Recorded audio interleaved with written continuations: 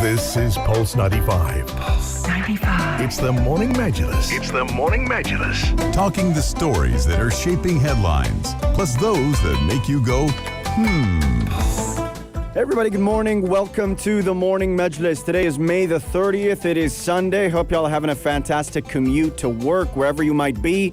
We've got a lot to get to this morning. A lot of news headlines. In fact, a new COVID mutant detected in Vietnam. They say it's a combination of the UK and Indian variant. First detected in that country. We'll talk about what this implies. How dangerous is this new mutation according to scientists? And should we expect a slew of cases around the world, more lockdowns, more restrictions, and more impediments to travel? That's going to be one of our discussions this morning, all about this new COVID-19 variant. Plus, we've got a number of stories from around the world to get into. Canada, more than 200 bodies found at an indigenous school. The bodies of children, in fact. We'll talk about the response from Prime Minister Justin Trudeau and what this says about Canada's history in particular. What did people go through in indigenous schools at the time? This dated back to the 70s, in fact, so that's going to be in a discussion to be had later this morning as well. Plus, geopolitics, what's happening with the Belarus plane hijacking. The U.S. administration mulling sanctions after EU countries had done the same. And people within Belarus are feeling the weight of the travel bans and planes not being allowed to fly over Belarus's airspace. So we'll talk about the fallout from that and much more this morning. Hi, Rania. How you doing? Good. Fantastic. How was about the weekend? you? Very good. Thank you. How was yours? It was pretty busy. I got pretty busy preparing for a wedding that's taking place today. But if people, they're going to listen to us and we're like, oh, which one of you is getting married?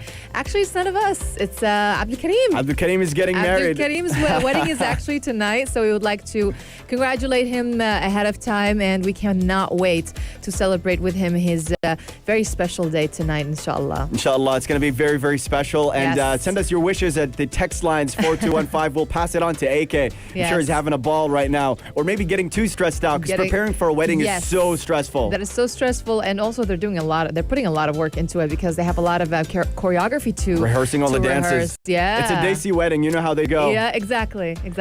So also we're going to be talking about other things on the show today, the initiatives, the humanitarian initiatives that's been carried out by the Sharjah government that we're also very used to seeing. So the latest one being by Her Highness Sheikha Jawaher bint Mohammed Al Qasimi, wife of His Highness the Ruler of Sharjah, Chairperson of the Big Heart Foundation, and the Eminent Advocate for Refugee Children at the UNHCR. So we're going to talk about the latest initiative being specifically that the Big Heart Foundation has mobilized $1 million to fulfill the critical needs of children severely affected by the unfortunate events that hit the Gaza Strip as of late. So we're going to talk about that in particular as well, and so much more. Did you get to catch the Friends reunion? Yes, I did. Oh, of course. It was incredible. We're going to talk about this actually today on the show. That's right. Tune in throughout the program. We'll be talking about the Friends reunion as well in hour 3 of the show. So if you'd like to join our conversations throughout, we'd love to hear your voice this morning. Even if you just want to say hi to us, we'd love to talk to you. So text us at 4215. This is the Morning Majlis, and here's Every Time I Breathe by Arlissa.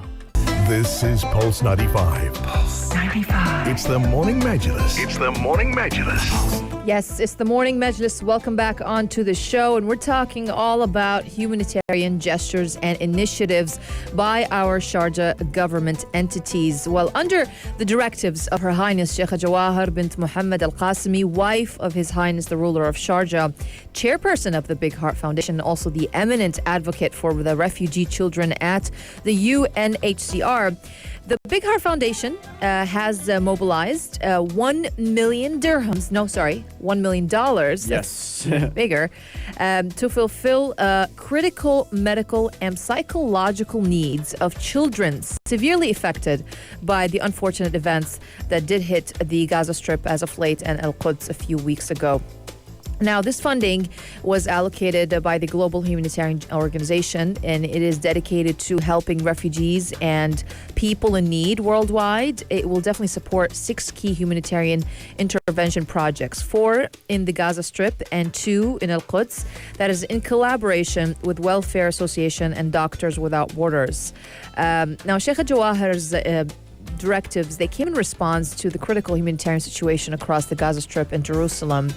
And apart from the strict siege on the Gaza Strip since 2006, in fact, the recent escalation of tensions, it has had a significant impact, obviously, on first aid responders as well as on hospitals and clinics, which already face a big shortage, let's say, of medicine and medical equipment, particularly in tackling the challenges posed by the coronavirus pandemic due to lack of treatment of facilities and also the unavailability of vaccines. But they've been working on major relief projects to bring this critical relief to the population under the siege. Yeah, they have. And looking at more detail, the Big Heart Foundation's plan, there are 6 key projects in various hospitals, clinics, and emergency centers in the Gaza Strip and Al-Quds, which will cater to the daily needs of affected populations, whether directly or indirectly.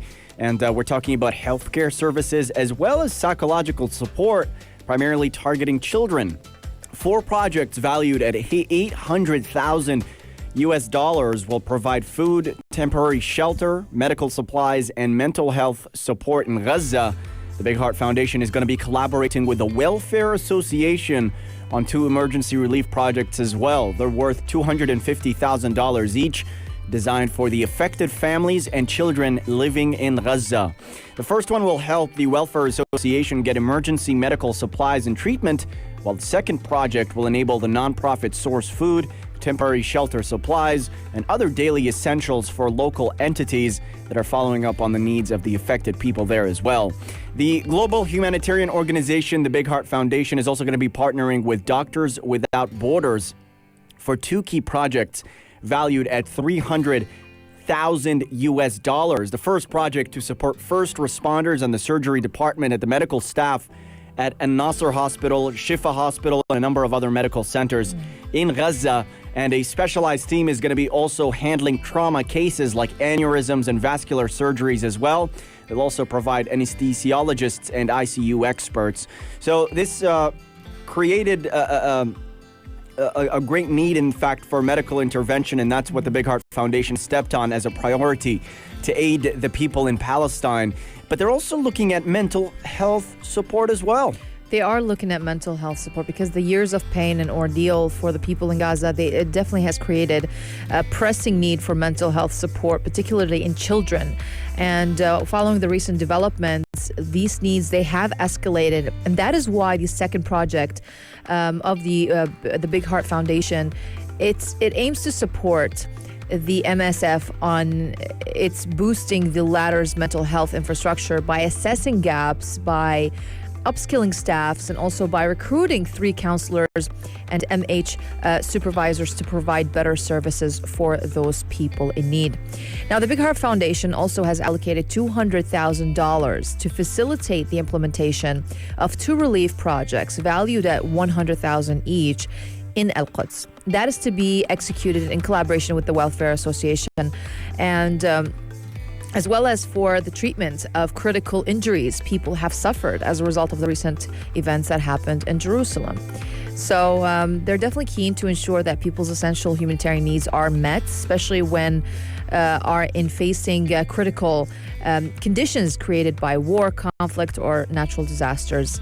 So it's amazing what they're doing, and they're asserting that they will always stand behind the less fortunate around the world to support them through words, deeds, and official projects. Yeah, absolutely amazing to see the Big Heart Foundation step in to help the ailing people in Palestine as well. And you can be part of this drive, in fact. You can donate directly to help provide medical supplies, psychological support, food, shelter to the people of Palestine. The link is tbhf.ae/donate. That is tbhf.ae/donate. And if you'd also like to learn more about how you could help visit the TBHF's website, the Big Heart Foundation, at tbhf.ae. And stay tuned to Pulse 95. We've got more stories coming up on the Morning Majlis. Stay tuned as we talk about the latest from Canada. A scandalous story, in fact. More than 200 bodies of children found at an Indigenous school in Canada. Prime Minister Justin Trudeau has commented, and this story has ignited a conversation within Canada about its murky past. Stay tuned for that and much more right here on Pulse 95. Pulse 95. The Morning Majlis, talking the stories that are shaping headlines. This is Pulse 95. We've got a story out of Canada, and it's bringing to light some pretty horrible history. And for decades, they had these Indigenous schools, or the schools in Canada where Indigenous children had to go to. They were forced to go to these schools, and they were taken from their families. They would go to these boarding schools, and a large number of these children never returned home. Their families were only given vague explanations or nothing at all. But now, an Indigenous community in British Columbia says it has found evidence of what happened to some of its missing children. A mass grave containing the remains of 215 children on the grounds of a former residential school. Chief Roseanne Casimir of the Quilompsty-Squeepik First Nation tribe said that ground-penetrating radar had discovered the remains near the site of the Kamloops Indian Residential School, which operated from 1890 until the late 1970s. At a news conference, she said, quote, "It's a harsh reality, and it's our truth, and it's our history, and it's something that we've always had to fight to prove. To me, it's always been a horrible, horrible history." The remains, which Chief Casimir described as, quote, many, many years old, decades, include those of children as young as 3.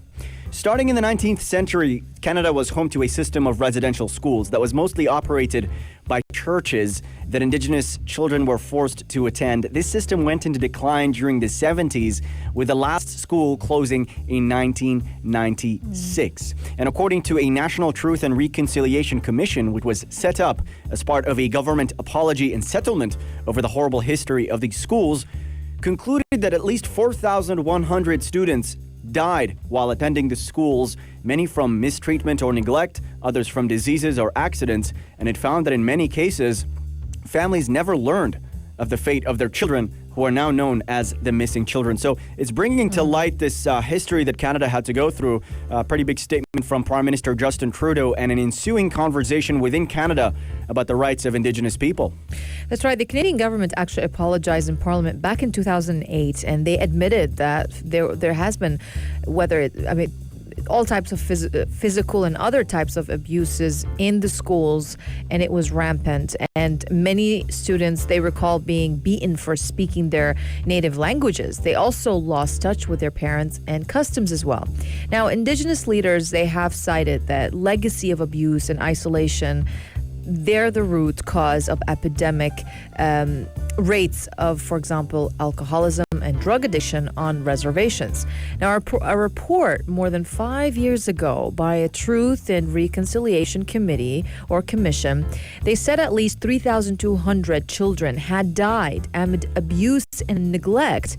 And it also said that it had reports of at least 51 deaths at the Kamloops school alone between the years 1915 and 1963. We have a statement coming out from Terry Tigui. She is the Assembly of First Nations Regional Chief.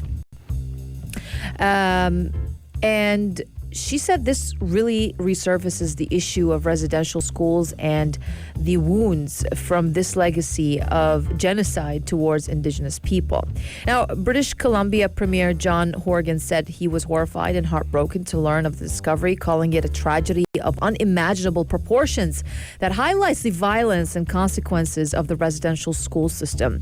As for the Kamloops school, it operated between 1890 and 1969 when the federal government actually took over operations from the Catholic Church, and they operated it as a day school until it closed back in 1978. And we also know that, for example, Casimir said that it's believed that deaths are undocumented Although a local museum activist or archivist is working with the Royal British Columbia Museum to see if any records of the deaths can be found. Now, they're saying, or she's saying, that given the size of the school, with up to 500 students registered and attending at any one time, we understand that this confirmed loss affects First Nations communities across British Columbia and also beyond. So she also said that she or the community acknowledges their responsibility to caretake for these lost children. Yeah, and right now the radar scanning is not yet complete. So according to Chief Qasimi, we do know there is still more to be discovered. Statement from a former student at these schools, Geraldine Bobbs. He told the investigators that staff members, quote, just start beating you and lose control, hurl you against the wall, throw you on the floor, kick you, punch you. And children in these schools were often not allowed to speak their language or to practice their culture. Many reportedly mistreated and abused, according to the reports that had emerged. A landmark Truth and Reconciliation report released in 2015 said the policy amounted to, quote, cultural genocide as well. So the chief coroner of British Columbia, Lisa Lapuante, said we're early in the process of gathering information and will continue to work collaboratively with the tribes and others as this sensitive work progresses. Indigenous communities throughout Canada are mourning the situation here as well, and it is a stark reminder of the history that ensued within this place, a colonial history as they would describe it, and illustrates the damaging and lasting impacts that such school systems and policies had on Indigenous populations, and this has ripple effects into the present day as well. So we'll continue following up on the story and the results of this investigation. Stay tuned to Pulse 95 after the business headlines. We've got more discussions from around the world. We'll talk about geopolitics, what is happening with Belarus following that airplane incident, United States mulling sanctions, in fact. Stay tuned for that and much more right here on the Morning Majlis. Pulse 95. The Morning Majlis. Talking the stories that are shaping headlines. This is Pulse 95. Yes, welcome back onto the program. And we're following up on the Belarusian topic that we talked about last week, and that happened when the Belarusian authorities, they basically scrambled a fighter jet and flagged what turned out to be kind of a false bomb alert to force the plane to land, and detained the opposition journalist who was on board, drawing condemnation from Europe and the United States as well. So the latest news on revolving this being that the Biden administration, they had said it is drawing up a list of targeted sanctions against key members of the Belarusian government, which forced the landing of this passenger jet and had a journalist on board arrested. Now, the White House spokeswoman, Jen Psaki, said on Friday that the United States was also suspending a 2019 agreement between Washington and Minsk that allowed carriers from each country to use the other's airspace, and also taken other actions against the government of President Alexander Lukashenko. Now, in a statement, she also called on Lukashenko to allow a credible international investigation into the events that happened on the 23rd of May when the Ryanair passenger jet flying from Greece to Lithuania was forced to land in Minsk. Now, Psaki said that the United States, with the EU and other allies, was developing a list of targeted sanctions against key members of Lukashenko's government, quote, associated with ongoing abuses of human rights and corruption, the falsification of the 2020 election, and also the events that happened on May 23rd. Now, the EU has also said that it will provide Belarus with 3 billion euros. That's about 2.6 billion pounds through grants and loans if the country changes course in an attempt to ramp up international pressure on Lukashenko as he met Vladimir Putin actually in Moscow on Friday. Now, as for the European Commission President Ursula von der Leyen, she said, or she came kind of close to an all-out call for regime change as she issued the pledge of funds in return for a transition to democracy. So this offer was kind of made shortly before Lukashenko had arrived in the Black Sea resort of Sochi for a second day of talks with the Russian president, whose government has sought to distance itself from last Sunday's arrest of the opposition journalist Roman Pratasevich and his Russian girlfriend as well. Yeah, and Belarusian President Alexander Lukashenko over the weekend said that the supposed journalist pulled off the plane had been, in fact, plotting a rebellion, was no mere journalist, in fact, and he accused the West of waging a hybrid war against him. Those were his first public remarks since the Belarusian airplane incident. Lukashenko saying, as we predicted, our ill-wishers from outside the country and from inside the country changed their methods of attack on the state. They have crossed many red lines and abandoned common sense and human morals as well. Lukashenko also said he would respond harshly to any sanctions, and his prime minister said the country could in fact ban some imports and restrict transit in response without giving details. So from the president's side of things, and based on his public statements, he's saying that this individual who had been detained from that plane wasn't just a journalist. He said he was an agent with connections to foreign countries, and he's trying to destabilize Belarus and incite a revolution of sorts based on his history as well. And he said that he will respond harshly to any sanctions targeting his country. So we've got pretty different narratives emerging from both sides, depending on where you read the story. That's right. And also just touching on Russia's ongoing support to Belarus.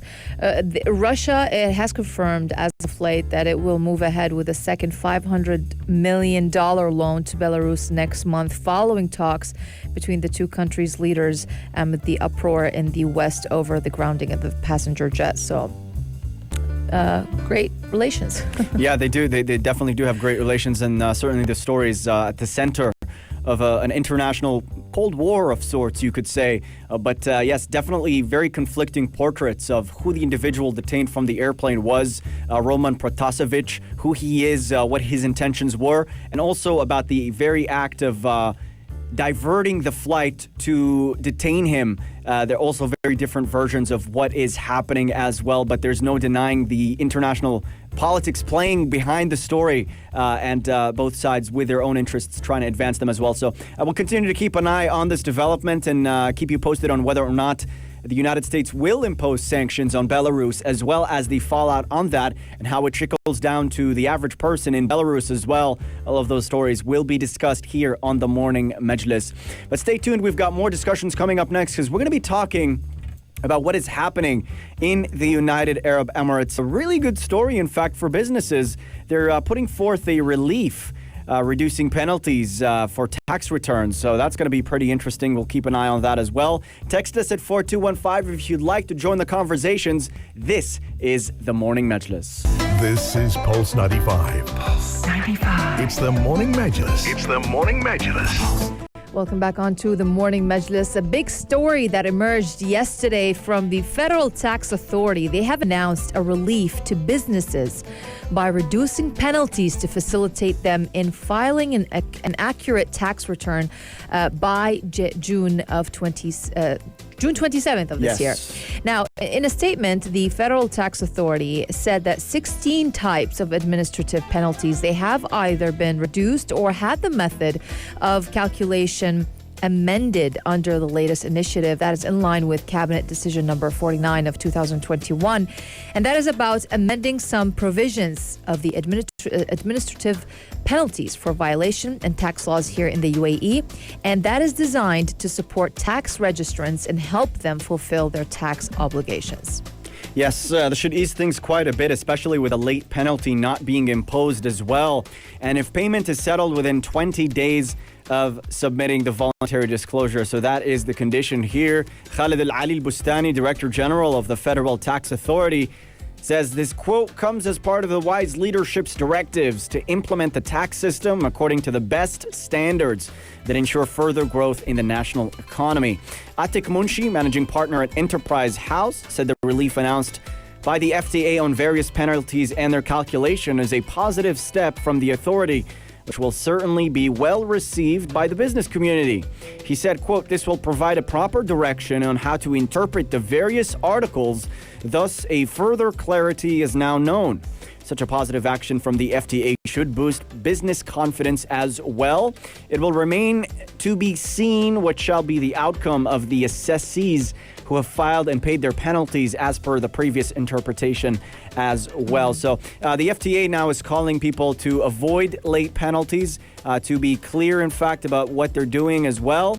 And they're putting forth a lot of changes here to make business a lot easier in the country. That's right. Well, the FTA Director General, he did say that under those amendments, the 16 types of administrative penalties, as we just mentioned, have either been reduced or had the method of calculation amended, explaining that the reductions include penalties for administrative violations on tax procedures, federal decree law on excise tax, and also federal decree law on value-added tax. Now, the FTA Director General, he said the amendment includes fundamental amendments that provide more facilities to help taxable persons to achieve self-compliance and also encourage the spending up of a voluntary declaration. So under these amendments, he said that a late payment penalty will not be imposed on voluntary disclosures if payment is settled within 20 business days of submitting the voluntary disclosure. And the sooner the taxable person declares and pays due tax according to periods of time specified by the decision,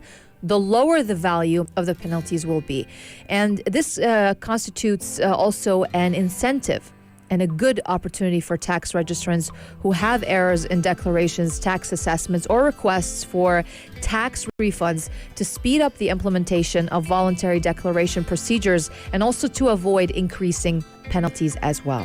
Yeah, this should bring forth more transparency in doing business here in the country and should also clear up a lot of confusion about the federal tax authorities' policies as well. And they've laid out a pretty good and clear framework on their website. So if you'd like to learn more about taxes and their implications on your business, do head over to tax.gov.ae. That is tax.gov.ae. The website very clearly familiarizes you with the tax aspects that your business needs to follow and does it in a clear, concise, and simplified way, ensuring that you apply those tax principles accurately and efficiently as well. The ease of business in the United Arab Emirates, that's a big story here, and we'll continue to discuss similar developments across the board. But stay tuned to Pulse 95, because in the second hour of the program, we'll be talking about COVID-19. Now, what is the latest from around the world? What is happening in the United Arab Emirates with booster vaccines? Who's eligible for those shots? How are the cases doing in India? And what about that mutant variant found in Vietnam? They say it's a combination of the UK and Indian variants. Should we here be concerned? All of those stories will be discussed, but here's Lay Low by Neon Vines. This is Pulse 95. Pulse 95. It's the Morning Majlis. It's the Morning Majlis. Talking the stories that are shaping headlines, plus those that make you go, Welcome back on to the Morning Majlis. This is Rania Saadi with Ahmed Dawood, and we're definitely missing our co-host Abdul Karim Hanif, but he's in a better place. Why? Because he's celebrating and he's getting ready for his big day tonight. He's got the wedding today. He's got the wedding tonight, yeah. So send us your wishes at 4215. Abdul Karim, the host of the show. Yes. Finally tying down the knot, and I can't imagine just how much planning is going into it today. Planning a wedding these days is not the easiest thing to do. No, it's not. With all the especially limitations. Yes, with all the limitations for sure. But he's doing it in Sharjah, so it's much easier. So that's why things have been going smoothly for him. So we wish him all the best. And if you do want to wish him the best, do text us at 4215 to wish Abdul Karim and his lovely new wife a very happy marriage, inshallah. So we have a lot to discuss this hour. We have travel news for sure. Good ones, very good ones. Yeah. I mean, countries opening up left and right, thank God. We are definitely going back towards normality, kind of. And the latest country being Saudi Arabia. It has lifted travel restrictions on 11 key countries, one of them being the UAE. So we're going to talk about all the rules and regulations because they have released a set of new rules. Even inside the country, they are easing all the restrictions inside the country, especially for people that want to go for Umrah as well. And Hajj, you got to listen up because a bunch of new rules revolving around anything that's surrounding visiting Saudi Arabia or living in Saudi Arabia. So you got to listen into that conversation. And also we have vaccine news, especially the whole fuss about getting the third booster shots or the third booster dose, the Sinopharm one. So we're going to explain all this to you also because we're going to exactly talk about who is eligible to get the Sinopharm booster dose, especially here in the nation's capital and all the other places. How can you take it? Where can you take it? Are you eligible for it as well? And when is the right time to do so, and how to register for it as well? And then we have other news as well from the other places in the world. Yeah, we certainly do. More coronavirus updates. In fact, we'll give you the latest situation on India. We might have a glimmer of positive news, in fact, as far as the daily number of cases within the country. So we'll talk about the Indian government's attempt to cope with the surge in cases in that country as well, and what the future holds.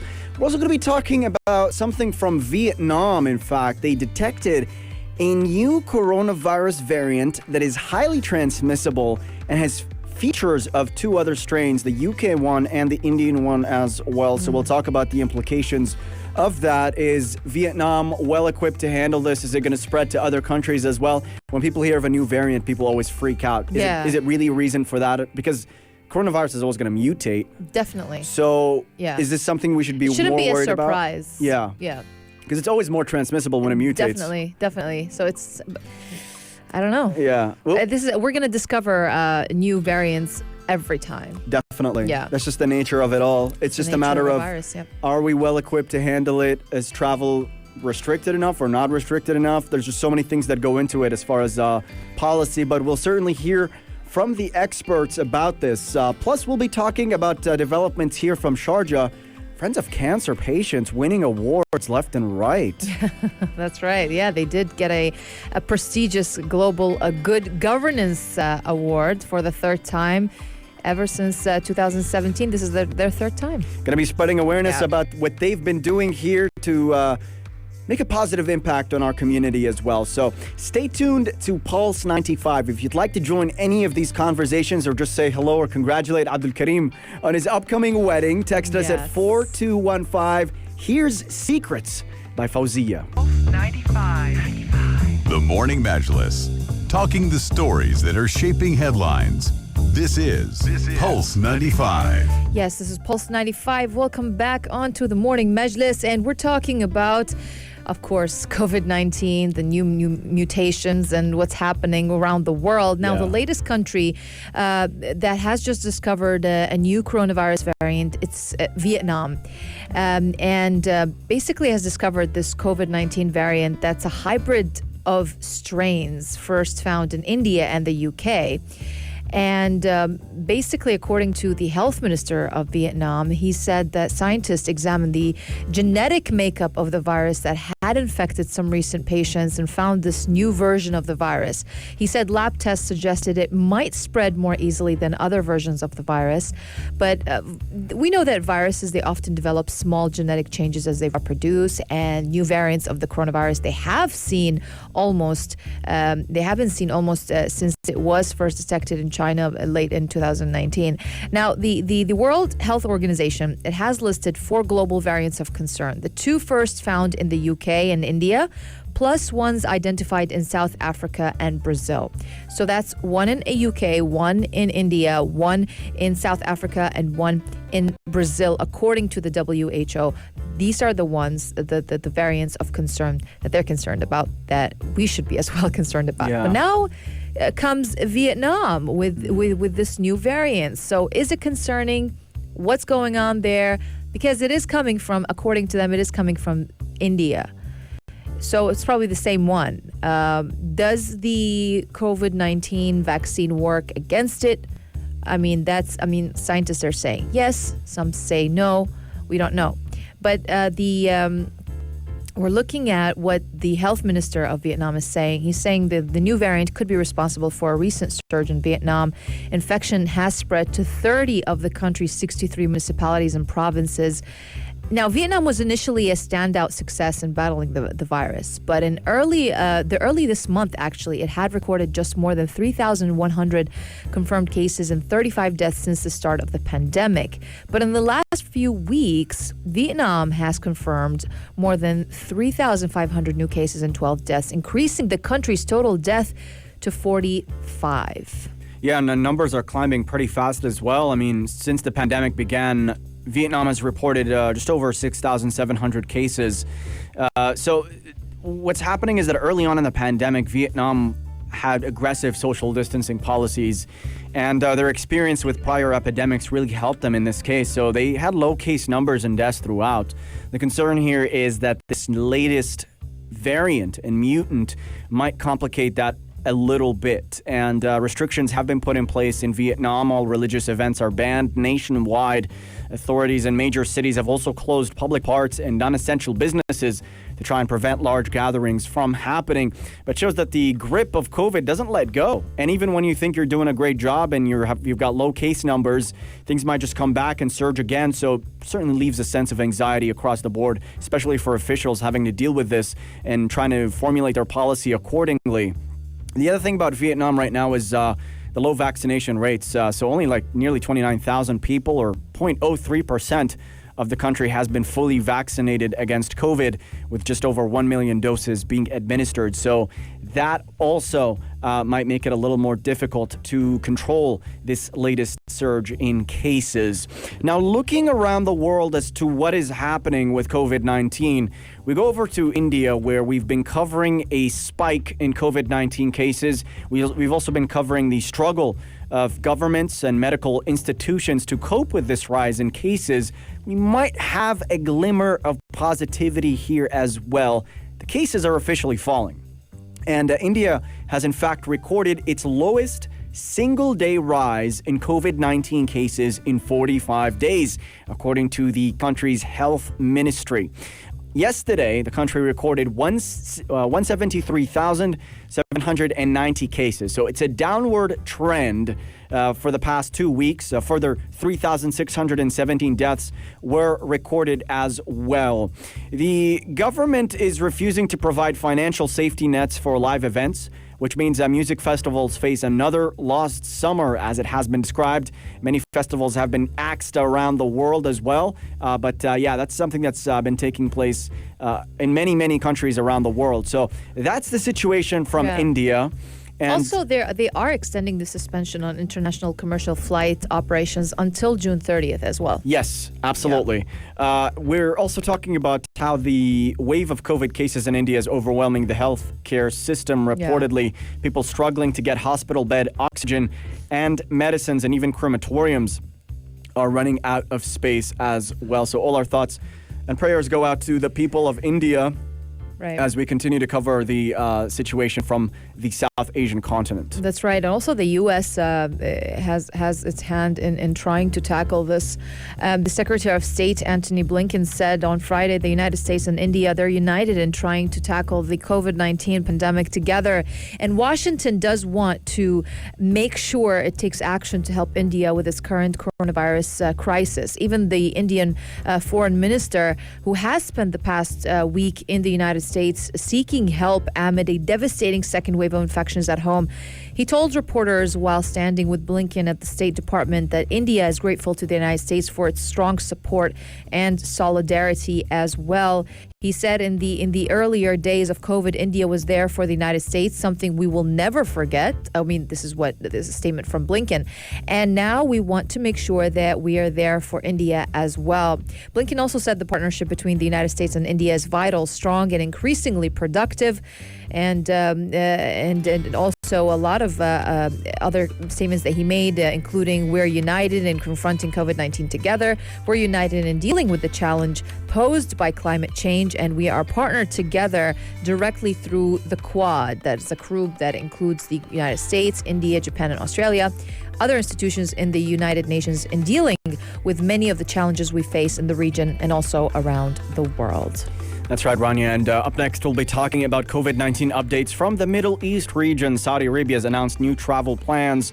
And this is really positive news for us here, in fact. Yes, for sure, yeah. We will be talking about this in more detail, plus the Sinopharm shot. Who is eligible for that free booster? Should you get a free booster? And we'll talk about all of that in more detail. So stay tuned to Pulse 95. This is the Morning Majlis. This is Pulse 95. Pulse 95. It's the Morning Majlis. It's the Morning Majlis. Very exciting news. I'm very happy because life is coming back to normal, kind of. Well, it is. It's totally coming back to normal. Yeah, let's give hope to people. And it is. Less restrictions here in the country. Less restrictions events opening in the country. Up. More people getting vaccinated. Yes. It's absolutely brilliant stuff. And now Absolutely. Travel, and it gives you more hope because it's in your region, in your GCC region. That's amazing, right? Because Saudi Arabia, it has just announced that it will be lifting travel restrictions on 11 key countries originally imposed to curb the spread of the variant strain of coronavirus. But 11 countries, including the UAE, which is amazing news for us. So starting from 11 a.m. today, right? Wasn't it today? It should be today. Yeah. Passengers from the UAE, Germany, the US, Ireland, Italy, Portugal, the UK, Sweden, Switzerland, France, and Japan, they can enter the kingdom with the implementation of quarantine regulations. Now, according to Saudi Public Health Authority, these countries, they have shown stability in containing COVID-19. However, 13 other countries, they remain on the Interior Ministry's no-go flight red list. Now, and those countries, they include Libya, Syria, Lebanon, Yemen, Iran, Turkey, Armenia, Somalia, Congo, Afghanistan, Venezuela, Belarus, and India. Citizens wishing to travel to these countries need prior permission as well. Citizens from Saudi Arabia, meaning. So basically, the General Authority of Civil Aviation, they have issued the instructions to all airlines operating in the kingdom's airports regarding the update of travel restrictions for travelers arriving in the kingdom. Now, non-Saudi travelers arriving in the kingdom, the exempted travelers, and also the immunized and unvaccinated groups, they must provide health certificates approved in the kingdom. That is the coronavirus examination certificates, PCR, not exceeding 72 hours from their flight time. Now, this applies to anyone aged 8 years and older, and also the travelers who meet the conditions of institutional quarantine for a period of 7 days at one of the accommodation facilities approved by the Ministry of Tourism, provided that a swab carried out on the 6th day produces a negative result as well. Yeah, this is a big deal. This is a big deal, especially that they opened up travel from the United Arab Emirates. I think that's the biggest one because the UAE is a key travel corridor in and out of Saudi Arabia. It's a transit flight hub, in fact, especially that. So the easing of restrictions to the UAE in particular has brought a sigh of relief for many with families, especially with the institutional quarantine requirements. And an individual speaking to media, an expat resident in Saudi Arabia, has been in France for some time since last year and hasn't been able to return to Jeddah. But now with things opening up, this should come as a great surprise, and he'll be able to get back home and see everybody again as well. And again, I can't highlight this enough. The UAE being open is going to facilitate a lot of flights from and within the region, in and out of the Kingdom of Saudi Arabia in particular. So really delightful news story to hear, and a testament to the amount of work that was put in here in the United Arab Emirates to ensure everybody's safety, high vaccination rates, to try and get the United Arab Emirates out of those red lists and back into the travel circuit. Definitely. And when we're talking about Saudi Arabia as well, inside their country, they're allowing entertainment activities to resume for those who are vaccinated against the coronavirus.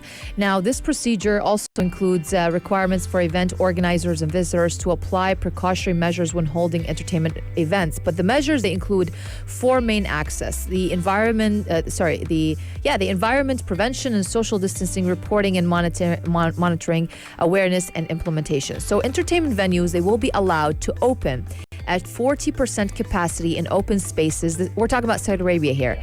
And as they have previously been halted due to the spread of the pandemic. So now they're saying that those who have been immunized will be allowed access to entertainment activities, according to the Tawakkalna app. The authority also said that precautionary measures such as social distancing, wearing masks, and providing sterilizers in the various event sites must be implemented to the fullest. And the tickets for all events will be sold online and could be limited as well, adding that precise entry hours must be set for visitors as well. Yeah, and the other thing too to keep an eye out for us now here in the United Arab Emirates is what's going to be happening with the United Kingdom, because the UAE is still in the UK's red list for some reason. That hasn't deterred UK would-be travelers from booking their holidays for August as well.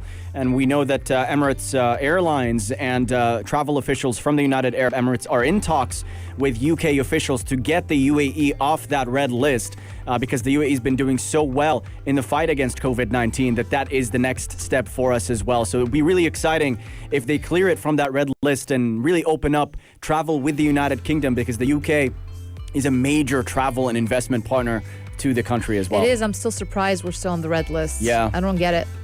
Come on, man. A lot of optimism, though, from airline officials here in the... Come on, man. I like that. Come on, man. I want to go to London. With all of us. And people from the UK, though, really love the UAE right, as well. They do. They really want to get back. That's why I'm telling you, I'm so surprised we're still on the red list. But I feel like it's coming anytime now. It's definitely coming soon. At least that's what airline officials here in the country are saying. They're saying we should giving hope. Yeah. We should be off the list soon. Right. That's what they're saying. Right. It makes more sense to do it. So hoping that happens. Fingers crossed. We'll keep you posted on that development. And I think we're the number one country that's like that deals like we're like first globally. Yeah. We were ranked first globally in dealing with the pandemic. Definitely. Right. We're the best that dealt with the pandemic. So it's like come on, you're talking to us. Come on, man. You're putting us on the red list. Come on. It should be fine. I think, especially with like 40% fully vaccinated rate, and it's climbing up steadily. So we're in fact going to tell you all about that in our upcoming segment. UAE COVID vaccines. They're offering a free Sinopharm booster shot. Mm-hmm. So we're going to get into who's eligible for it, when you should take it, and all that information is going to be provided for you up next after the sports headlines here on Pulse 95. This is Pulse 95. Pulse 95. It's the Morning Majlis. It's the Morning Majlis. Let's get into vaccine updates from the United Arab Emirates. The Emirate of Abu Dhabi has begun offering a free booster shot of the Sinopharm COVID-19 vaccine via a walk-in facility, according to an announcement by health authorities. Abu Dhabi's Department of Health is offering the booster shot at more than 100 vaccination centers across the Emirate. So if you've received your second dose at least 6 months ago, you are eligible for that additional dose, which is going to enhance your immunity and antibody response. However, you are required to go to the same healthcare facility from where you received your earlier dose. So if you got your second dose from a Sheikha center, you can't get it from a private hospital as well. Yeah, according to medical experts, booster doses are given to people with less immunity and those suffering from chronic illnesses. So according to Dr. Farida Al-Hosani, she stressed that a booster dose strengthens immunity against the many strains of the coronavirus, specifically in the light of the spread and emergence of the new mutants. Separately, she also predicted a need for an annual vaccine against COVID-19, such as seasonal influenza vaccine, which is given annually also. So maybe they're going to start treating this as if we are, it's like a flu shot, the yearly flu shot. So we're going to have to start treating it that way as well, the COVID vaccine. Yeah, exactly. Basically. Pretty much. Yeah. You just nailed it. I mean, that's what's happening here as well. And let's go look into the science behind it. It's a little bit tricky right now as to when people need boosters specifically. So every country's got a different guideline. Every vaccine functions differently, provides you with a different level of antibodies.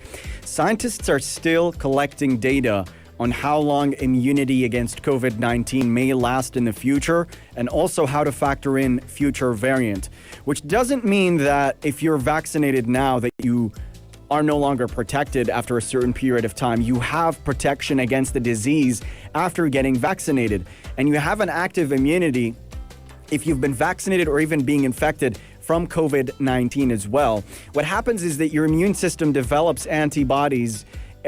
Either immune responses can maintain a memory, so your body has that memory as well, and your immunity is measured by the presence of those antibodies, which are proteins made by the immune system to help fight infections in the blood. This can usually be determined with a lab test, but immune systems are much more than just antibodies. We've got a host of other players here: the B cells, which produce antibodies, and T cells, which target infected cells as well. And research has shown that antibodies and T cells might even recognize infections from variants of a pathogen, such as the emerging COVID-19 variants around the world today. And that makes a key difference in whether or not they can spread much more easily. So even if someone's recovered from a previous infection and has natural immunity, vaccinations can help give their immune memory a boost and help protect them against further infections or not. So long story short, get vaccinated. It's not going to hurt you. It's going to help you no matter what. And a booster shot, you just shouldn't say no to that. Right. Especially Sinopharm. Sinopharm actually won World Health Organization's backing for its vaccine earlier on, but there are questions on how the shot, while protecting individuals from developing the severe COVID-19, might help stop the virus from transmitting and infecting more people. But Sinopharm's efficacy for preventing symptomatic infections and hospitalizations was actually estimated to be 79% in all age groups combined, according to the WHO. Now, other vaccine makers are also racing to develop booster shots. It's not yet clear when or if these will be needed or who would get them if they are, but companies are preparing for a scenario where the virus keeps mutating and periodic booster shots may be required. And we know that, again, the UAE, just like we've been talking about right now, they administered those third doses to a small number of people who didn't develop antibodies after the first two Sinopharm shots. And they have found it to be very effective. And as for the infections here in the UAE, they actually have dropped by more than 65% since peaking in January. And the country definitely reported the smallest increase in cases this year on Monday. Now, vaccines from Pfizer and AstraZeneca, they are approved also for use here, though the UAE's inoculation program has hinged on Sinopharm, which is being produced locally as well in Ras Al Khaimah. Yeah, and what I found interesting as well on the vaccination talk here is that if you've had COVID-19, it doesn't mean you shouldn't get vaccinated either. Of course. Scientists say that vaccination enhances your natural immune response even more. That's why you need to be vaccinated every 6 months or every year. Yeah, absolutely. And immunity doesn't stay. Immunity does not stay at all. And it also varies depending on your age and your immune system. So everybody's different in that regard.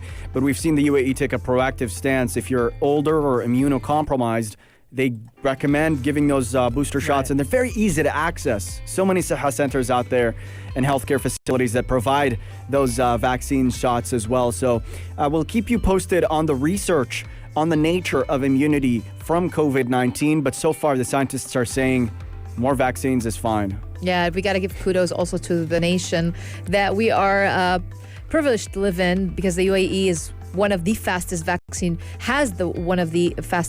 rollouts in the world, having administered more than 11.5 million doses to its population of about 10 million. So kudos to the UAE. Kudos to the UAE and kudos to everybody for their compliance throughout this difficult time. And if you had the COVID-19 vaccine or you're considering it, text us at 4215 and join the conversation. Do you have any hesitations about it, or you'd like to ask questions? Because we've been reading a lot of research about this, and we'd more than happily relay that to you on the Majlis this morning. Up next, we'll talk about local organizations in Sharjah making a positive difference in the community. Friends of cancer patients, they are at it again. Stay tuned to Pulse 95 and see what they're up to. Here's Find an Island by Benny. Pulse 95. Between local lines. Notes from the Emirate. Well, the UAE-based civil society organization Friends of Cancer Patients, it has scooped the prestigious Global Good Governance Awards of 2021. This is actually for the third time since 2017, it winning in two categories. 3G Leadership Award for Social Sector and Philanthropy, and also 3G Best Community Service Award as well. Now, the FOCP, it has received these global honors in recognition of its hugely impactful efforts to raise strong public awareness and advocacy on the risks and types of cancer, as well as coalescing support from individuals and also organizations in both public and private sectors. That is to raise funds to help cancer patients who are unable to afford high treatment costs. Yeah, we've had them on the show, in fact, representatives from Friends of Cancer Patients, a very, very important member in the Sharjah community, in fact, and they've been raising awareness across all of the UAE on the various causes of cancer, on methods of prevention and screening as well. They've put forth mobile screening facilities across the UAE for the whole mission of promoting cancer detection, guidance, and various aspects of assistance to cancer patients and also those interested in getting screened as well. And they also provide valuable information on cancer cancer overall. So they've been partnering with other government institutions to provide various cancer-related initiatives as well and improve the overall quality of life here in the country. So kudos to the Friends of Cancer Patients. And they've had a pretty big couple of years as well. In 2020, they launched several humanitarian initiatives to promote community awareness about cancer. They've had the Pink Caravan Ride, breast cancer awareness campaign, providing free medical screenings for tens of thousands of citizens and residents in a bid to help raise awareness about early detection. And they've also partnered with the NCD Alliance. They've had the NCD Alliance Forum last year as well, which saw the participation of hundreds of delegates from various countries around the world to talk about the overall goal. And they've also had a number of Ramadan initiatives targeting various groups as well and providing monetary assistance to the needy. So they've been active all throughout. That's right. Yeah, in May last year, they actually successfully organized the Give and Gain 2020 Ramadan Challenge with participants reaching the target of 5 million steps and raising 50,000 dirhams. And even later, they also had the Relay for Life Summer Challenge. It saw both individuals and companies join in, encouraging participants to target 8,000 steps every day to contribute to achieving the overall goal of 10 million steps. Now, finally, in October, the FOCP organized the Pink Steps Challenge to encourage individuals and corporate teams to improve their health by targeting 20 million steps and also to contribute in the treatment of cancer patients who cannot afford it. Yeah, great to see the Friends of Cancer Patients gain that recognition from international institutions, and that's certainly been the case over the years. They've won many awards, both locally, regionally, and internationally as well, for their work in helping cancer patients and raising awareness about that disease. So congratulations to the Friends of Cancer Patients, and we hope to have some of their representatives on our program to give light to a lot of the important work they've been doing and its impact as well. Stay tuned to Pulse 95. We've got a lot of discussions lined up on the program.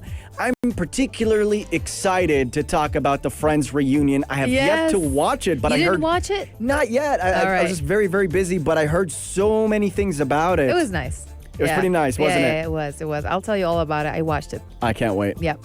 Well, if you've watched the Friends reunion, text us at 4215 to join the conversation. We'll be talking about that in the third hour of the show right here on Pulse 95.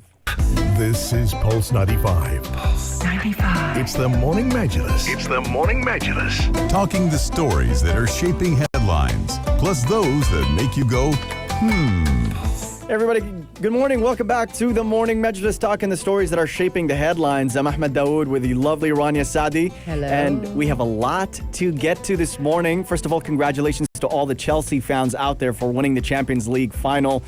Been a tumultuous season, a lot of ups, a lot of downs, but to end things like that on such a sweet note, that's got to feel really good. Yeah, definitely. And we're going to talk about that and all the sports headlines that are emerging as well. But something that happened during the weekend that I'm so eager to talk about and discuss and share it with you is the Friends reunion. I watched it. I'm sure a lot of you have as well. People that are big fans of the Friends show. Well, the Friends, the reunion, the unscripted show.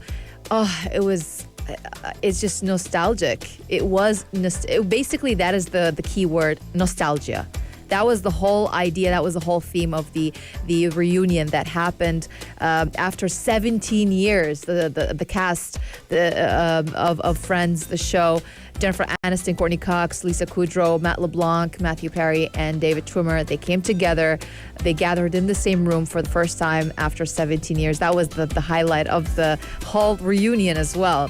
And they basically in the reunion, they took a look back at the show that spanned for 10 years from 1994 until 2004. And they had a lot of celebrities also in the reunion show up and share with them certain acts and bits that they did at the reunion. So I'm going to discuss that with you, and we're going to discuss that with you actually in a couple of minutes. And also we're going to talk about what's happening also in Philippines, because they did lift a temporary ban on the OFW, the overseas Filipino workers to Saudi Arabia. That's clearing the way for over 400 workers left stranded due to the COVID-19 protocol issues. So we're going to discuss that much further as well. That's right. And over the weekend, we also wrapped up the Sharjah Children's Reading Festival. So we're going to be recapping just what happened here in the Emirate of Sharjah. Reportedly, more than 80,000 visitors showed up at the Sharjah Children's Reading Festival as well to enjoy this great celebration of culture. So we'll talk about what happened exactly, our coverage of it, some more memorable highlights from that as well. But yeah, I can't wait to get into the Friends reunion thing, especially because they've got these appearances by like Lady Gaga, Justin Bieber, David Beckham. Like, well, how did that work?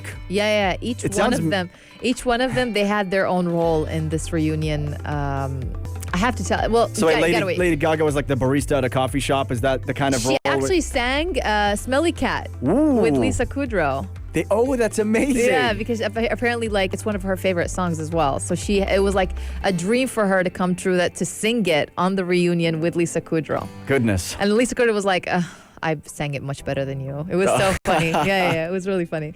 But also another news that just emerged as well here from the UAE. The UAE has approved the emergency use of this new drug that can help save the lives of patients seriously ill with coronavirus, and it can reduce COVID-19 deaths and hospital admissions by up to 85%. What is this drug all about? What's going on there? Also, you got to stay tuned. Incredible story here, and text us at 4215 to join those discussions. We'll be right back. Here's As by Stevie Wonder. Entertainment headlines. Entertainment headlines. Entertainment headlines. This is The Buzz. Who cried over the weekend, just like me, over the Friends reunion? I did, for sure. I didn't think I was going to cry. Literally, I was like, no, I'm a big girl. I've seen more emotional stuff, or like, no, this is not going to happen to me. And I did. I literally did cry over the Friends reunion. There were certain points in the reunion. Okay, first of all, let me take you through what happened. Basically, the Friends reunion, the Friends show, it ran from 1994 and it ended in 2004. It's a bomb show. Huge phenomenon. And everyone loved that show. It's starring Jennifer Aniston, Courtney Cox, Lisa Kudrow, Matt LeBlanc, Matthew Perry, and David Schwimmer. And they played friends, obviously, in the Friends show. And people just got hooked to those characters. And the way they got hooked on to those characters, it was actually showcased in the reunion. So basically, the reunion, it's an unscripted reunion show. With host James Corden to guide the famous six through. And are they playing the characters, or are they themselves? They're themselves. Ooh. They sat down with James Corden, and he guided the famous six through this nostalgia-laced journey of memories, bloopers, outtakes, and also so much more. And he basically asked them a lot of questions. There was an audience as well sitting in that. And where were they sitting? That's even more exciting. They were sitting in front of the fountain. The famous fountain from the intro. So they were sitting actually in front of that with the famous couch. So they were sitting on the famous couch, the coffee shop couch. And behind them was the fountain. And James Corden, he was just asking them questions and guiding them through the memories and all of that. During the show as well, they would show you snippets of the show, and they would comment on certain parts of the show. Like, they would take them through season 1. Oh, what happened here? Tell us here. So they would talk about the memories of what happened. They even revealed some stuff that we know now for the first time. For example, you know how in the show, Jennifer Aniston and David Schwimmer, they have a love fling going on. They have a love relationship, and I believe in the end of the show they get married. They have a kid together, obviously. So basically, they even unveiled that they had an off-screen love thing in the beginning as well. What? Yes. they revealed that, and they had a love thing going on. They had a major crush on each other in the beginning, the first season when they first met, and everybody could see it. And even they were talking in front of the other cast members. They were saying, like, I don't think anybody felt it. And they're like, oh, you think we didn't? No, we did. We know about it.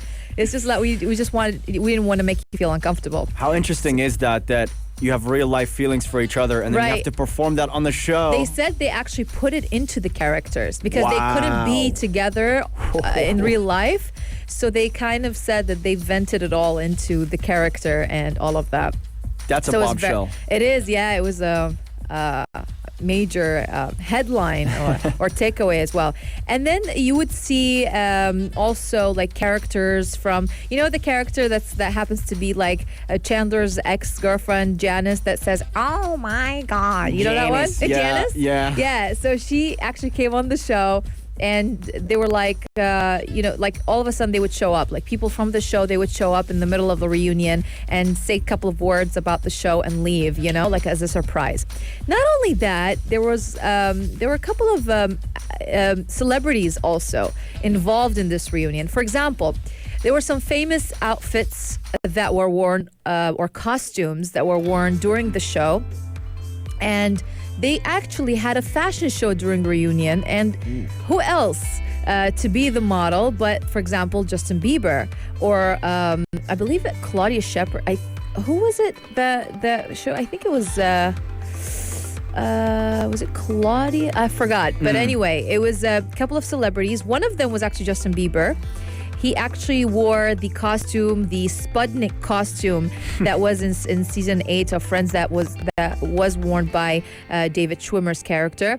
So they had like basically a show, a fashion show also during the reunion. So the reunion was like a bunch of things, like a bunch of segments, like a segment of them playing cards, playing a game, a segment of celebrities showing up, and Lady Gaga showed up and she sang the Smelly Cat song with Lisa Kudrow, and so much more. Yeah, I mean, pretty staggering that they had a reunion like 17 years later, Yeah. so it's way down the line. And the actors, just looking at the pictures, they look so different from how they had, obviously, because you grow older and such. Yeah. I'm interested in Matt LeBlanc and Matthew Perry in particular. How did they come across in the special? Because I heard that Matthew Perry kind of seems a little bit out of it. Because I think he did have health issues in the past couple of years. Yeah. So you can tell that he's worn out kind of. Right. Because of the health issues that he went through, and it was alarming as well. Yeah. So you can tell that he's kind of, he's trying to recuperate kind of from the sickness and the illness that he went through. But no, they're not out of it actually. They were very excited to be together, all of them. Yeah. And they were like, it just feels like we're at home. And I love the way that the show started. They went back to the actual studio, right, where they shot Friends. So one by one, they would come in the studio. Like, first of all, it was like, I think David Schwimmer would walk in.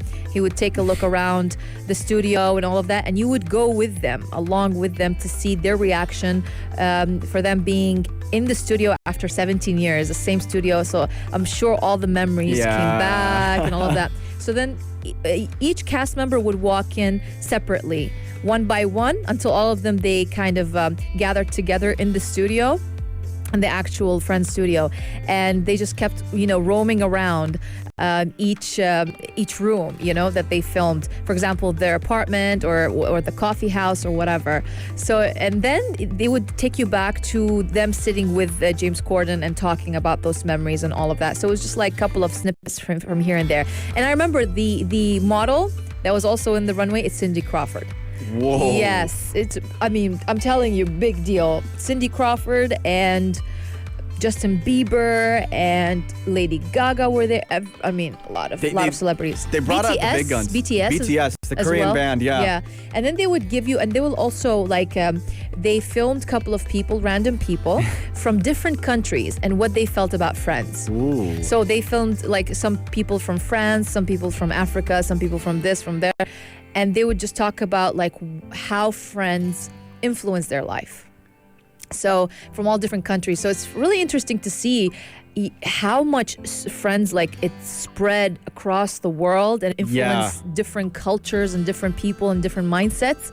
And and just brought people together, basically. It's such an interesting concept for a show because the cast of Friends, the six people here, like, they've gone from relatively unknown actors to mega superstars after the show became a hit. Especially Jennifer Aniston pretty much launched her career through the roof as well. And they even talked about that, actually. They even talked about how each one was cast. Oh. Each actor, that must have been really interesting. The producers of the show, they were there and they commented. They were in the commentaries and they actually commented on how each one was selected for the role. I love this behind the scenes stuff. And I also love that they talked about their real life relationships behind the scenes and the way they related to one another. The other thing that kind of jumped at me is, like, did you get tired of all those cameos and guest appearances and this goofy, quirky stuff? Because for me, an ideal show would be just the six of them talking about their relationships, the show, how it had been. And when I saw the list of guest appearances, I'm like, whoa. It's almost like a gimmick. They were there briefly. Or did it work? It worked perfectly. Amazing. Yeah. And I loved how they also played, they were sitting there, they had the scripts of certain episodes. Yeah. And they would actually play again the same scene, but in front of you now after 17 years, you know? Yeah, it's amazing. I love it. That's amazing. So how'd you rate it out of 10? Recommended? Definitely recommended. For Friends lovers, 9 out of 10. There you have it. Yep. Friends reunion, 9 out of 10. I'm definitely going into it. I was a little cynical watching the trailer. I was like, oh, they're going to have all these celebrities on it. It's going to be a bore fest. No, not at all. No, it's all right. No. I'm fully prepared. Well, let us know. Text us at 4215 if you have seen the Friends reunion. Rania has given a 9-star review. 9 out of 10. There you have it. There you go. And a special show. And I need to recap on those Friends episodes. It's one of those shows you could watch endlessly and not get bored from it. Yeah. Just it's watch one of the most watched shows in the world, up to date. So. And it's something you keep in the background too while you're working. It's fun. Definitely. Well, yes. So join the conversation. We've got a lot of stories lined up on the program this morning. We'll give you the latest updates on the travel from the Philippines and Saudi Arabia, lifting a temporary ban on the employment of overseas Filipino workers. Big story from the region here on the Majlis. Stay tuned for that and much more on Pulse 95. This is Pulse 95. Pulse 95. It's the Morning Majlis. It's the Morning Majlis. Yes, big update from the region here. The Philippine government has lifted its temporary ban on the deployment of overseas Filipino workers to Saudi Arabia. This should clear the way for over 400 workers who've been left stranded to the COVID-19 protocol issued. And according to Labor Secretary Sylvester Bello III, quote, after receipt of the official communication from the Saudi government this morning, which ensures us that the foreign employers and agencies will shoulder the cost of institutional quarantine and other COVID protocols upon arrival in the KSA, the temporary suspension of deployment to the kingdom is hereby lifted. Great story for overseas Filipino workers. Definitely. The labor chief, he thanked the Saudi Arabian government for acting with dispatch and giving them reassurance on the matter. He even said that I have advised the Philippine Overseas Employment Administration to immediately implement this directive and provide the necessary clearance to all our departing Filipino workers to facilitate their travel to the KSA. Now, he said that I understand that the suspension order drew confusion and irritation among our affected departing OFWs. But again, I apologize for the inconvenience and momentary anguish that it may have caused our dear OFWs. It was to be for the best interest of our OFWs that such decision had to be made. Now, existing travel regulations from the Kingdom's Civilian Aviation Authority requires that all international guests, they must complete a period of 7 days of institutional quarantine at their own expense starting from the time of arrival. They must also take a PCR test on the 7th day of their arrival, and if the result is negative, they would be permitted to leave quarantine on the 8th day. Yeah, and this is especially a big deal because Saudi Arabia is a major destination for Filipino workers here in the region, with about 1 million of them employed in Saudi Arabia and sending about $1.8 billion in remittances back home in the year 2020 as well. So overseas workers in the Philippines are pretty optimistic about this development and getting back to work as well. There have been some concerns as well expressed on Filipino media about the cost the process would have for Filipino workers in the kingdom. They say it might cost around $3,500 to sort of get that process done as well. That's something to keep an eye out for it, but it certainly received some mixed reactions, with some hoping the temporary suspension would be lifted. But now it has, and that's really positive news. Interesting fact here that more than 1 million Filipinos, they work in Saudi Arabia, which is just happens to be the most preferred destination of overseas Filipino workers in the year of 2019, according to government data. Many Filipinos, many of them, they are hired as construction workers, domestic helpers, or nurses over there. Absolutely. Well, we'll keep you posted for more stories on the region and around the world here in the Morning Majlis. After the business news headlines, we'll come back to talk about the Sharjah Children's Reading Festival, the impact it has had here in the Emirate, the number of visitors, and its implications for the future of events here in the country. Plus, a big congrats to Chelsea for winning the Champions League. That's definitely something we'll be talking about later in the program. The ups and downs of Chelsea's season. What a story. We'll be talking about that, so stay tuned to Pulse 95. This is Pulse 95. Pulse 95. It's the Morning Majlis. It's the Morning Majlis. Well, this is just in. The UAE has approved the emergency use of a new drug that can help save the lives of patients seriously ill with the coronavirus. It's called Sotrovimab. It's produced by the British drug maker GSK or GlaxoSmithKline. And basically, it can reduce COVID-19 deaths and hospital admissions, apparently, by up to 85%. So now the UAE's Ministry of Health and Prevention gave a go-ahead to this new drug after its emergency use was approved by the U.S. Food and Drug Administration on Wednesday, based on a successful trial on 583 volunteers. Also, lab tests, they have showed that this medicine is effective against variants of the coronavirus, and it can be used immediately. Also, the Emirates is the first nation to approve this drug for emergency use, reported as of late. So they're saying, the Minister of Health and Prevention, Abdulrahman Al-Uwais, he's saying that the new medicine will greatly contribute to speeding up the recovery of patients, reducing COVID-19 related deaths and treatment period in intensive care units as well. Now, he also continued by saying it will also support the country's efforts being made to conduct COVID-19 tests and administer vaccines, retaining its leading position among the world's foremost countries dealing efficiently with the COVID-19 pandemic.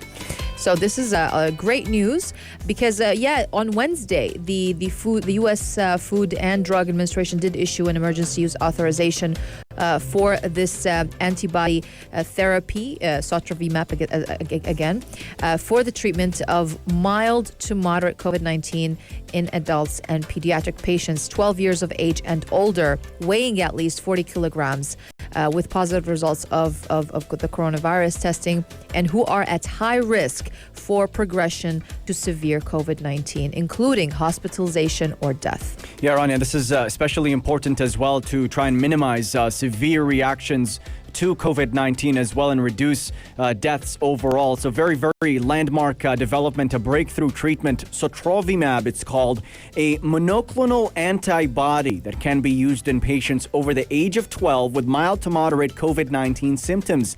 Monoclonal antibodies are laboratory-made proteins that mimic the immune system's ability to fight harmful pathogens. And when administered early, it can reduce hospital stay for more than 24 hours. And check this, it can reduce fatalities by as much as 85%. UAE authorities have reportedly been working diligently alongside drug developers to ensure protocols are in place for its effective administration across health facilities. New guidelines are also in place to advise doctors on when and how to direct patients to centers where Sotrovimab is going to be available. So an incredible development, and follows a recent announcement by the Abu Dhabi Department of Health that would offer free booster shots of the Sinopharm vaccine at more than 100 vaccination centers across the Emirate as well. That's right. And also lab testing that was conducted by the FDA. It showed that Sotrovimab retains activity against the current circulating variants first reported in the UK, South Africa, Brazil, California, New York, and India. So that's also very promising news as well. It certainly is, and stay tuned to Pulse 95. We've got more discussions coming up on the program. We are set to recap the Sharjah Children's Reading Festival. I know we've talked a lot about it, but so much has happened over the weekend as well. And we're also going to be giving you the list of people who've made it, how many visitors showed up to the event, and what it says about the future of events here in the Emirate of Sharjah. So stay tuned for those discussions. Got the traffic update up next, and more music and programming here at Pulse 95. You're listening to Pulse 95. Are you stuck or in luck? Pulse 95 traffic. Yeah, looking at the traffic situation on the major highways here in the Emirate of Sharjah. If you're driving south along the E311 highway, expect 14-minute delays to your journey. Build-ups start at Muireh Commercial and continue all the way down to Muhaisna, where things start to clear up. Expect heavier delays on the E11, however, on your commute south. We're looking at 22 minutes right now as a result of slowdowns starting at An-Nahda and continuing all the way down to Hur Al-Anz, where traffic starts to ease. If you're driving along the Ta'awun to join the E11, expect 5-minute delays there, just as you get past the Expo Center in the Emirate. Elsewhere, no major disruptions reported, but if you have anything to tell us, let us know by texting at 4215. This is Pulse 95. Pulse 95. It's the Morning Majlis. It's the Morning Majlis. Well, let's recap the Sharjah Children's Reading Festival. This major event concluded yesterday, and what an event it was. It was huge, whether you're talking about the scale of it, taking place outside Sharjah, in fact, for the first time in its 12-edition history, with various events being held in Dubai libraries as well as other areas in the United Arab Emirates. But let's talk about what a special event this was. A true gateway to cultural exchange between young readers and authors. A two-sided conversation, and within it all, we've had a slew of events, activities, workshops, and even cooking classes. So much to talk about. Definitely a slew of activities indeed. The last one being blending science with aesthetics. Children, they gained a deeper understanding of density and mass as they created their very own mini ocean inside a glass jar at the Ocean Layers workshop that was held again at the 12th Sharjah Children's Reading Festival that went from the 19th until the 29th of May at the Sharjah Expo Center. So basically, children, they learned how the density of heavy substances, they have stronger gravitational pull through an easy ocean experience or experiment while learning the names of all the layers of the ocean. So basically, they mixed fun with simple stuff, with being colorful, into one workshop. And this workshop basically ignited the curiosity of children by teaching them the science of density. Other workshops as well. We have another workshop on how to make a phone application. And that was also a very interesting session that children found very fun, and they had a great learning experience from that. As well, there was also another workshop about or a session on making a robot from scratch. That was something that's just till this minute, I don't know how they did. You know, it's amazing. And they had a lot of cooking shows as well. Yeah, they had a lot of cooking shows, a lot of IT stuff. The event's theme was for your imagination. Yeah. The sessions that interested me the most were ones where writers would sit down and talk about the craft of what they did in terms of writing children's books, fiction, illustrations, comic books, and such. And a lot of them said something. They said that they were responding to the child reading it in the sense that they would seek their feedback. They would try to understand their interests. And it's a mutual relationship between the two sides to create a work of art that speaks to them and resonates with them. I found that particularly interesting. The other thing that's interesting too is we successfully hosted an event here in the Emirate of Sharjah. That's right. Really feels like the return to normalcy here. His Excellency Ahmed bin Rakkad Al Amri, chairman of the Sharjah Book Authority, praising the success of the 12th edition of the Sharjah Children's Reading Festival. He said more than 80,000 visitors made it to the event. That is remarkable. It is remarkable. I can imagine, because every day I drive past it. It's next to my house, the expo, and it's always full. The parking lot, it's always full. People are going in and out like crazy. So I did see, and with my own eyes, the participation of people and their involvement and their interest in the Sharjah, the reading, the children's reading festival, indeed, and did bring joy during this troubling times that we're going through. It did bring joy to children, and basically through it, children now can see that books. Through books, they can also celebrate diversity, because it's all about reading, right? This festival is not just about where other workshops and how to use your imagination, but it's also mainly about reading. So the focus was on that as well. And speaking of reading, we cannot forget to mention Her Excellency Sheikha Jawaher Al Qasimi's launch of her new children's book at the festival. It's called World Book Capital.